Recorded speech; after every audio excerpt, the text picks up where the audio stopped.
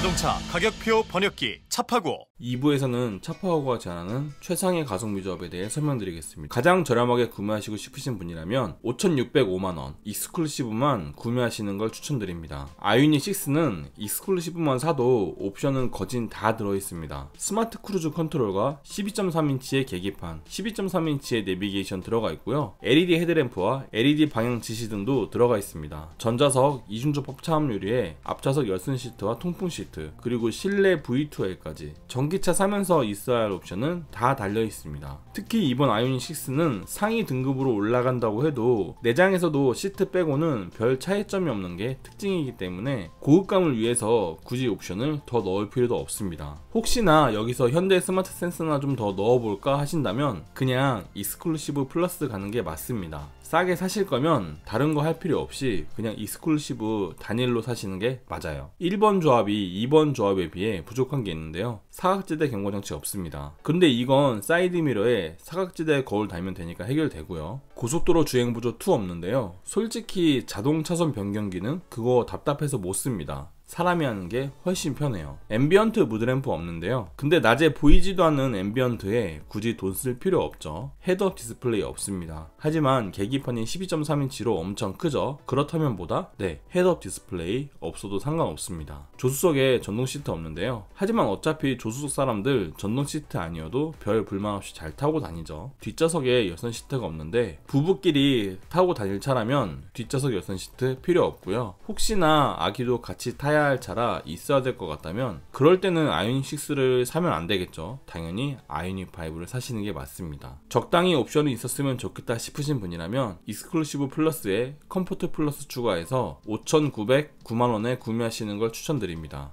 1번 조합 대비 304만원 올랐습니다. 이전에도 말씀드렸다시피 익스클루시브에서 어설프게 150만원짜리 현대 스마트 센스랑 컨비니언스 넣어버리면 바로 5,828만원 되어버립니다. 그럴 바에 17만원 더 주고 그냥 익스클루시브 플러스 오는 게 맞아요. 익스클루시브 플러스에는 사각지대 경고장치 있고 자주 쓰진 않지만 정말 운전 귀찮다 싶을 때 쓰면 또 쓸만한 자동 차선 변경 기능도 들어옵니다. 앰비언트 무드램프도 듀얼 컬러로 실내 꾸미는 맛이 있긴 하니까 또 포기하기엔 쉽지 않죠. 헤드업 디스플레이는 솔직히 익스클루시브 플러스로 와야 하는 가장 큰 이유이기도 합니다. 크기도 큰 편이라 눈에 잘 보이고 증강현실 헤드업 디스플레이라 신기해서 좋습니다. 컴포트 플러스 넣으면 릴렉션 컴포트 시트가 운전석과 조수석 둘 다 되는데요. 버튼 하나만 누르면 뒤로 누워버리니까 차량 충전하면서 쉬기 좋습니다. 여기에 2열 열선 시트도 뒷좌석에 아이 태우실 분들에겐 있어야겠죠. 아이오닉 6가 뒷좌석이 좁아서 애들 못 태울 것 같다고요? 그거 다 앓는 소리 하는 겁니다. 애들 타기엔 머리 공간 충분해요.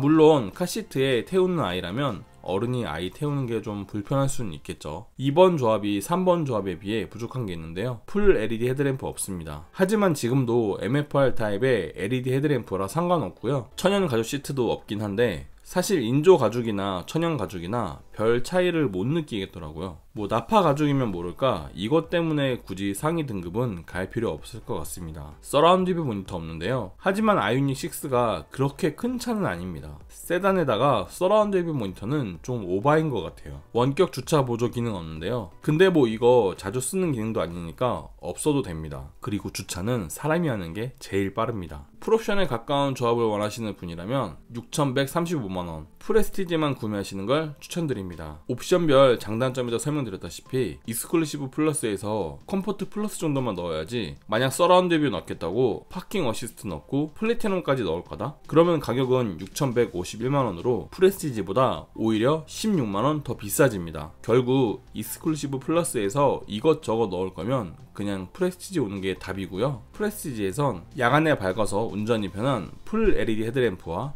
조금 더 고급 소재인 천연 가죽 시트가 들어옵니다. 그리고 차가 아무래도 큰 만큼 초보인 분들이 필수인 서라운드 뷰 모니터도 챙겨줘야겠죠. 원격 주차 보조 기능은 쓰기 나름이긴 하지만 잘 쓰는 사람들은 또 은근히 잘 쓰더라고요. 3번 조합이 4번 조합에 비해 부족한 게 있는데요. 디지털 사이드 미러 없습니다. 하지만 왠지 액정으로 된 사이드 미러가 어색할 것 같다면 굳이 넣을 필요 없습니다. 가격도 140만원으로 너무 비싸죠. 보스 오디오도 없는데요. 하지만 스피커도 8개밖에 안 들어와서 굳이 넣을 필요가 있나 싶긴 합니다. 이럴 땐 EV6의 메르디앙 사운드 시스템이 부럽기는 해요. 전기차 액티브 사운드 없는데요. 하지만 전기차 타보시면 알 겁니다. 이런 가상음 오히려 안 들리는 게 나아요. 그저 조용하게 타고 싶어서 사는 게 전기차인데 굳이 가상음까지 추가해서 탈 필요가 있을까요? 네, 없습니다. 풀옵션은 얼마일까요? 프레스티지의 디지털 사이드미러, 보스 오디오 추가하여 6,320만원입니다. 디지털 사이드미러 모양이 아이오닉 5 같으면 저는 비추천인데 아이오닉 6는 어색하지 않게 잘 넣어두었더라고요. 막상 써본 분들 말을 빌리자면 비가 오나 눈이 오나 어두운 밤이거나 사각지대 없이 훤하게 보여주니까 이만큼 편한 옵션이 없다고 합니다. 그래서 여유가 되시면 넣는 거를 추천드리고요. 보스 오디오가 일단 가격이 45만원 밖에 안 합니다. 한 100만원 하면 모를까 45만원이면 넣어줄만한 거 아닐까요? 에어팟 프로 2도 36만원이 나왔는데 차의 스피커 업그레이드 하는데 45만원이면 저는 괜찮은 가격이라고 봅니다. 그리고 전기차 액티브 사운드도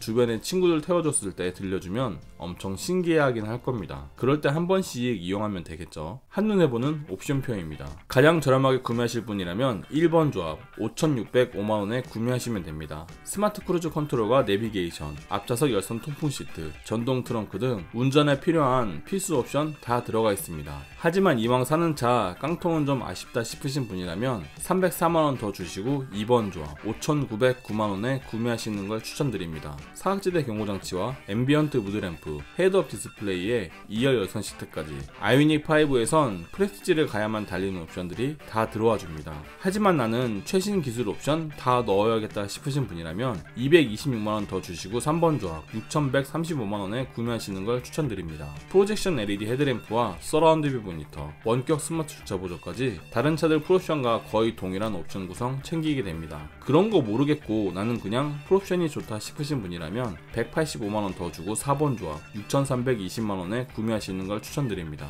디지털 사이드 미러와 보스 오디오까지 여기서 더 넣으실 옵션은 이제 사륜구동과 20인치 휠밖에 없습니다. 저는 개인적으로 진짜 싸게 살 거면 2번 조합 정도에서 합의 보는 게 맞다고 봅니다. 왜냐하면 사각지대 경고장치와 헤드업 디스플레이가 너무 커요. 하지만 이 이상 사실 거면 그냥 풀옵 사시는 게 맞습니다. 어차피 전기차는 한 번 사면 10년 이상 타기 때문에 이왕 오래 탈 거 옵션 빵빵하게 넣으면 좋습니다. 동급 차량 비교해 보겠습니다. 세단형 전기차를 사시려고 아이오닉 6를 기다리신 분들은 비슷한 크기의 차량도 많이 보셨을 겁니다. 그래서 그 중에 그나마 비벼 볼 만하다고 생각하는 K8과 EV6 가져와 봤는데요. 크기 먼저 비교해 보겠습니다. K8은 아이오닉 6에 비해 차량 길이는 160mm 더 깁니다. 진짜 K8이 지나가는 거 보면 길쭉하니 잘 빠지긴 했죠. 하지만 차량 폭은 5mm 좁고요. 휠 베이스도 55mm, 차량 높이도 40mm 더 작습니다. 아이오닉 6가 생각보다 차량 높이가 좀 있죠. 비슷한 크기라고 생각했던 EV6는 사실 길이는 175mm, 휠 베이스도 50mm 작습니다. EV6가 슈팅 브레이크 스타일이라 그런지 세단형보단 좀 짧은 거죠. 하지만 좌우폭은 동일하고요. 차량 높이는 55mm 더 높습니다. 그래서 직접 타보면 EV6 천장 높이가 더 여유롭기는 해요. 그래도 이렇게 수치만으로는 정확한 내부 크기를 파악하기 어려우니 꼭 한 번씩 다 타보시길 바랍니다. 가격을 비교하겠습니다. 3번 조합 기준으로 봤을 때 아이오닉 6가 제일 비싸기는 해요. EV6는 115만원 저렴합니다. EV6가 가격이 많이 올랐는데 그래도 아이오닉 6에겐 안되죠. K8 하이브리드는 무려 1,405만원 저렴하고요. K5 1.6 터보는 뭐 거의 반값이다 싶을 정도입니다. 2,666만원 더 저렴하죠. 그렇다면 유류비는 얼마나 차이가 날까요? 아이오닉 6는 전비가 좋아서인지 1km당 57원이 소모되고요. 10만 km 주행 시 573만원의 충전료가 발생합니다. 그에 비해 EV6는 64만원 더 들어가고요. K8 하이브리드는 421만원, K5는 715만원의 비용이 더 발생합니다. K5 1.6 터보도 연비가 괜찮은 편인데 하이브리드와 전기차들에겐 명함도 못 내밀 유지비죠. 그래서 차량가액에 취등록세, 5년치 자동차세와 10만 km 유류비, 국가 보조금까지 포함하여 계산해보면 EV6는 처음엔 115만원 쌌지만 나중엔 59만원으로 가격 차이가 줄어듭니다. 역시 같은 전기차라고 해도 전비 좋은 전기차가 유지비에서 좀 더 이득을 보는 것 같습니다. K8 하이브리드는 처음엔 1,405만원 쌌지만 5년 10만 킬로 이후엔 오히려 139만원 더 비싸집니다. 하이브리드 유지비가 절대 높은 게 아닌데도 전기차에게는 힘을 못 쓰는 모습을 보여주는 거죠. K5 1.6 터보는 처음엔 2,626만원 저렴했지만 나중엔 876만원만 저렴한 게 됩니다. 이 상태에서 한 7년 15만 킬로 타면은 아이오닉 6가 K5 1.6 터보보다 더 경제적으로 이득이 되는 상황이 돼버리는 거죠. 이래서 다들 전기차 사려고 줄 서 있나 봅니다. 가격표 한 줄 평하겠습니다. 요즘 전기차 정도도 모르고 가격이 상승 중인데 그럼에도 불구하고 아직도 충전 요금이 저렴한 편이기 때문에 다들 꾹 참고 사는 것 같습니다. 이로써 차파워가 제안하는 최상위 가성비 조합은 끝났고요. 어떤 차를 구매하실지 마음의 결정은 되셨나요?